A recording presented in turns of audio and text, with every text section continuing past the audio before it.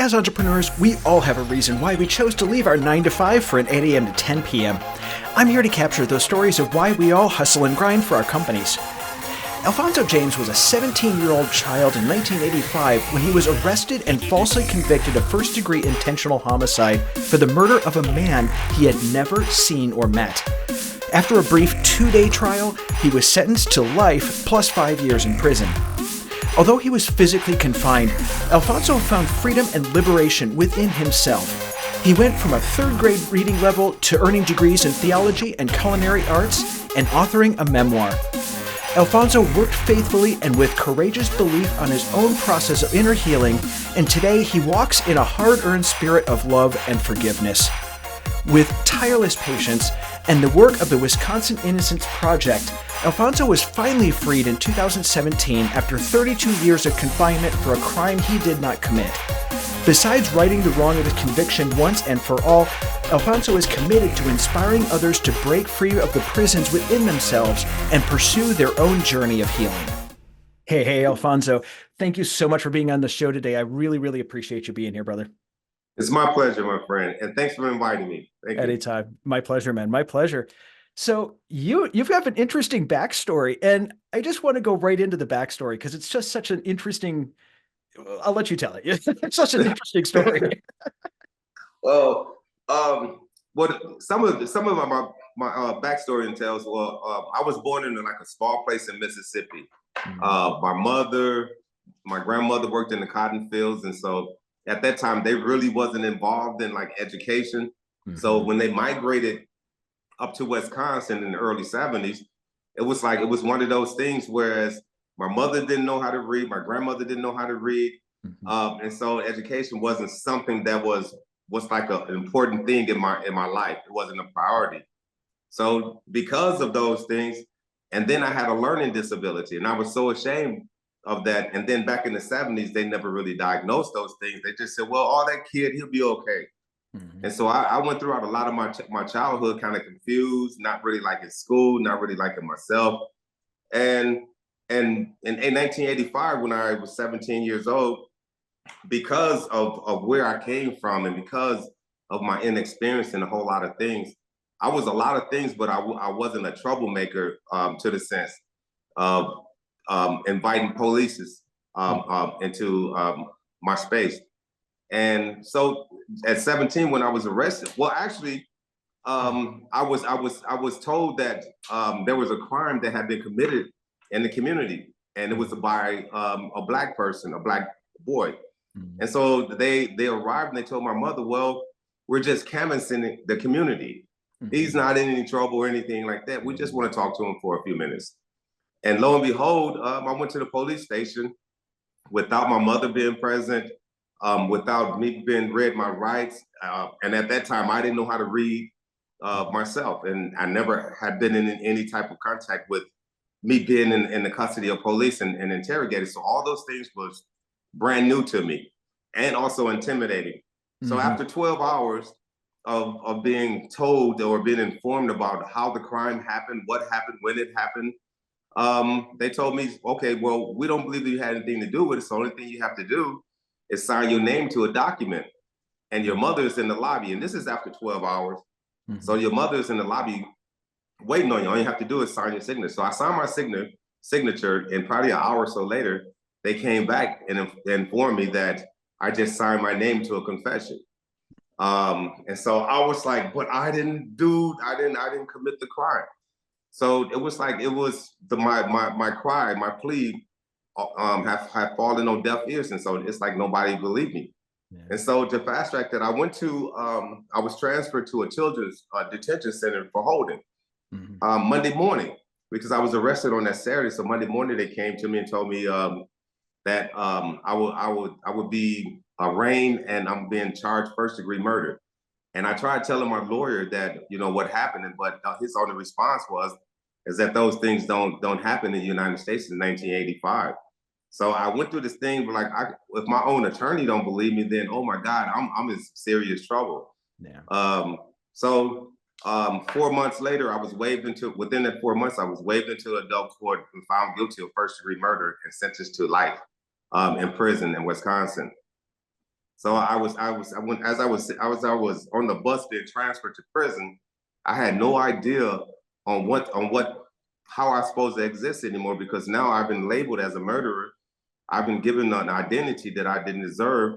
And I was going to a place that I saw on TV, and I was horrified, because that's a person's worst nightmare, to be in a position like that. Man. So as I entered into Green Bay prison, I still was ignorant of everything, but I knew that the only way for me to really get anybody attention was if I became like everyone else, enraged, embittered, and just start lashing out at the system. So as a result of my behavior in prison, I was sentenced to 5 years inside the prison, and it was called solitary confinement. Yeah. And as I was in solitary confinement, I had a personal encounter with the chaplain, who eventually believed in me, trusted in me, and also gave me the vote of confidence to start believing in myself. And he introduced me to the reading world. And as he introduced me to the reading world, I began to fall in love with the books that he used to bring down to SEG. And so after the 5 years was over, within that period, I had determined that I would not be the same. I would get as much information. I would grow as much as I possibly can while I'm in that environment. So I stopped looking at prison as being a form of punishment, but instead I began to embrace it as being a form of higher education. And I saw it as being a mission field. So instead of focusing on the things that I was suffering, I decided that, I'd rather pay more attention on people around me who need their education. So I started showing brothers how to get their GEDs, started creating other programs, started thinking outside the box, and I became a forward thinking, because not only was my whole life, my foundation was based in my faith in God, and I knew that He wasn't going to allow me to remain in a place like that without learning something. And so I used to lash out, because I couldn't understand why this anger, why this punishment was imposed upon me. And so I got over that stage, whereas I was like, oh my God, I see a bigger picture for things, because I've always felt as though I was an outsider. And even in prison, I felt I was an outsider. So I started praying, and I started planning for my release. And I remember for 32 years straight, I would wake up in the morning and I would fold my linen in preparation of being released. And so as the officer would do his round, he would look at my cell and see my linen folded and see me in a position of readiness. And he was like, Mr. James, what are you doing? I said, well, I'm getting ready to go home. And so at this time, it was unheard of, because I have a life sentence. And so there was no release date for me. And they thought I was talking about escaping. But I was like, not. So that's being disciplined in that area and being in the point of preparation is also prepared me for when I was to be released. Mm-hmm. So 2017, I was released back into the community. And my first thing was to get connected with the community, bring some type of healing. I didn't want people to know that I had gone to prison, but I wanted our first encounter to be like, okay, this guy is a hard worker. We believe in what he's saying. And then that's when I was able to introduce them into my story. And so once they saw that, they sensed no anger, no bitterness, and they asked me constantly, why was that not important? Or why didn't I wear that? Yeah. And according to everyone, I have the right to be angry, but according to me and the God I serve, I don't have a right to be angry, but I have the responsibility of being a voice of comfort and of love and of peace, during these type of things. Yeah, that is an amazing story. 32 years in prison. 32 years. Yeah. What was the story behind how everything came to light and how you were finally exonerated after that? Like, what was the transition? What series of events had to happen in order for you to be kind of with us here today versus still in prison? Goodness. I went from a point where I wrote probably like between 9,000 and 10,000 letters to anyone and everyone, like every media person, the Oprah Winfrey's of the world, the Geraldos of the world. And I would never get a response, but by them not responding, they added fuel to my fire to be more courageous and and convicted as far as getting that message out there. So, and then I was like, okay, since that's not working, I'm not going to wait until my response. But what I'm going to do is that I'm going to begin to reach out to different sources and introduce myself. I never really introduced the fact that I was in prison falsely, but I introduced my character to them. And then later on, when I was asked about why I'm in prison, that's when I was able to talk about it. But the preparation had even started way before my incarceration, because it was like I used to be given all these warning signs in my dreams, and I used to have these visions where I knew that I was walking on a bad path, but yet I choose to straddle the fence rather than making the right choice. So those things has always been the forefront, and I knew there was a calling and a purpose for my life. So it made it a lot easier because I began to walk out in my purpose. It's just like putting on a perfect glove, and it fits so well, and you know that it only fits your body. And that's how I believe that the suffering that I had gone through, it was only purpose for me. And I had to go through those things in order to get to where I'm at right now. Yeah. Now, was it one specific person? Did somebody actually just finally listen to this, or was it like one of the projects that that try to go back through cases, or what was the specific thing? Actually, it was the warden. It was the warden in one of the institutions where Oh, she wow. noticed my character, and she got in contact with the Wisconsin Innocence Project. Oh, okay. Um, Oh, yeah, nice. and then once the Wisconsin Innocence Project was made aware of my situation through the warden, now mind you, she could have lost her job, she could have lost, her credibility, all those type of things, but she had the foreknowledge to believe that okay, there was something particular about this person that says he's innocent, and so once she did that, the Innocence Project jumped aboard, and oh my goodness, and that's where we are today. Yeah.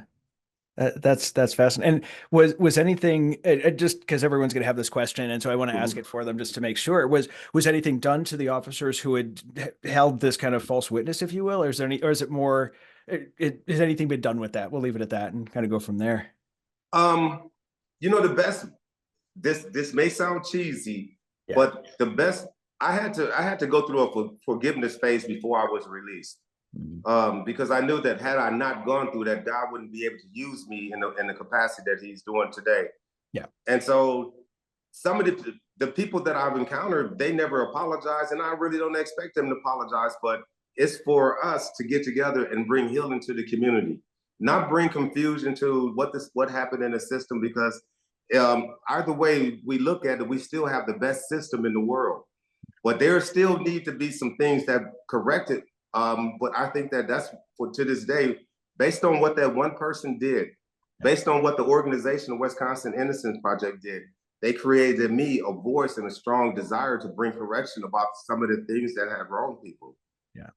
and and to tell that story and to be able to give that, like, because that's really why I wanted you to tell that story, is because that level of forgiveness is beyond what a lot of people can comprehend. Mm-hmm. And I think it's something that we need to hear, because everyone wants to, let's go get the bad guys, and that's what the response would have been, but it really doesn't serve. It Yes. really doesn't serve Yeah. anyone. Yeah. Yes.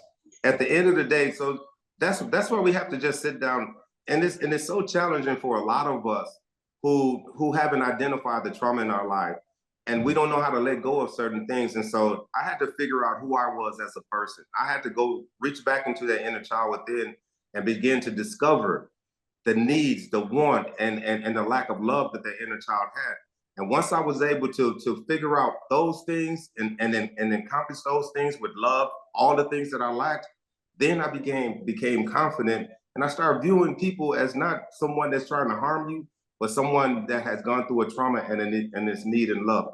Mhm. Either no matter what your capacity is, or what is um, your responsibility in the computer. I mean, in the community, everyone needs that level of capacity so they can bring the best out of each one of us. Yeah. Now, trying to, I have a question in my head and I'm trying to figure out exactly how I want to ask it, because I know there's something else in there. For a lot of people, it's difficult to get this concept because we live in a world that's relatively not only negative. We have a negativity bias in our brain. It's how we're wired. We're wired to remember things that are negative three times more or 3 times better than something that isn't, just because these are the things you know when your mom's a psychologist. Absolutely. That's Absolutely. kind of what you know. Absolutely. But it's like, it was great if I was being chased by a saber-toothed tiger. I want to remember that circumstance and what led up to it, so I never do that again. Yeah, absolutely. And risk becoming, risk becoming dinner. But to tie that back to what you're going, what you have been through, though, there is that thought that, you would be perfectly justified in being very angry right now. And talk to me a little bit more about how that change of mindset from being justifiably angry to I am turning that into something positive. How did that manifest, and what have you gotten out of that transition? It goes back to absolutely my faith. My faith had the biggest thing, because at times when my mother, my father, my siblings, or my community couldn't be there with me in the small confines of that wall, the one thing that I could rely on was the Spirit of God that was in there. Because there's no way in this world that I would have been able to experience the level of sanity or the level of peace while being falsely placed in a box and then told that you're this. So I had all these negative things coming from me, but I think that on the forefront of everything is that once I began to know that who I was and is in Christ, that's when all of a sudden things began to grow. I began to be more aware of what good is and what evil is and what love is. And believe it or not, love encompasses all of those things. It removes those things from your life. And so you really don't have time to really sit back and harbor any type of anger. I heard somebody one time say, it's that unforgiveness is like drinking poison and wishing someone else to die. There's a slow death that goes on inside of you. And it's been proven through many, many years and many practices that that's what depression does. It ages the body. Forgiveness, unforgiveness, it ages the body. It causes you to lose sleep. It causes you to lose your appetite. So why relent yourself over to that type of behavior rather than forgiveness, where you are able to wake up in the morning not with a heavy load or a heavy burden on you, but with an expectation that something great is going to happen today. And as entrepreneurs, we often have cost benefit analysis we have to do. Is this going to cost me more? Is this going to, what's the benefit out of this? Yeah. And if you look at that anger and holding all of that anger, the benefit's not very much. The cost is huge. Yes. And it's that balance between the two. And it's not worth it in the long run. The other person can be angry. And, if you believe in a God, he'll handle it. Yeah, absolutely. Absolutely. People do a much better job, Yeah, but it's that mindset of what am I, there's nothing I can do. I can't move forward. Yeah. But it's all about being the best version of you. Yeah. And that's where a lot of us need to take that pathway where we go down a journey and we begin to figure out who we are as a person. Because a lot of time, what we feel on the inside is what we express on the outside, and sometimes it comes out wrong than a different way than what we actually feeling on the inside. But how are we able to express ourselves to others and let them know, I'm still experiencing trauma that probably happened to me in my childhood? How do I discover the best version of me and remove that anchor that continued to bind me to my past? Mm-hmm. So those are a lot of things that I used to struggle with, because my past thoughts is the one thing that kept me bound. But then I began to okay, how do I break the chains of my past and break the chains of those negative influences that influenced my life for most of my life? How do I break the chains of those type of things? And then suddenly you discover, wait a minute, there's many components. It's just like we go through the stages of, it's like different layers that we have. It's the onion syndrome. The many layers that we peel back, but then once you get to the core of what the issue really is, either you're going to like you or you're going to strongly dislike you. And so there's always going to be choices up to love or to dispel anything that is good. Very well said. Very well said. And I think it's a message that needs to get out to a lot of people, because there is stuff from our childhood that just makes us act in ways that may not be our authentic selves. Yes. So now I want to talk kind of about the transition and what you're doing now, kind of after you've been released. How long have you been out? How long has it been since you were exonerated and everything kind of went down? I got out February the 14th, Valentine's Day of 2017. I was a free man, no chains or anything, walking out the gate. And the transition, the first thing I wanted to do was I wanted to create a space where people would be able to just come out and just be the best version of them. And then also have people surround them that loves them, that also experience similar trauma, but has some type of breakthrough in their life. So what we're doing now is that we created a program called the Unfragile. We're in the early stages right now, and what this entails is that we're anything that involves trauma, whether you went to prison or not, it doesn't matter. But there's a trauma, there's a prison that each one of us has gone through in our life, and we haven't dealt with it in a healthy type of way. Instead, we numbed it. So those are the things that we're trying to do. We're just trying to create a space where you're able to heal not only your mind, your body, and your soul, and just get back to being the authentic you. That is amazing. And where can they go to find out more about the Unfragile, the organization?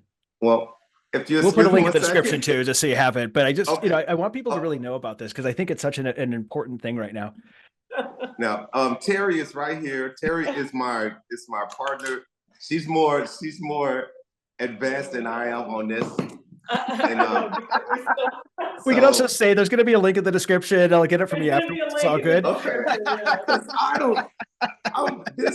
All of this. Everything is still in development. Everything is still in development. The cars that talks and all that stuff is really new to me. So. Yeah. Understood. Yeah, no worries at all. No worries. We're going to make sure that there is a link in the description of this podcast so they can get in touch with you and whatever that might be to make that work better. But yeah, that is amazing, man. So I always ask my guests one thing while we wrap up here.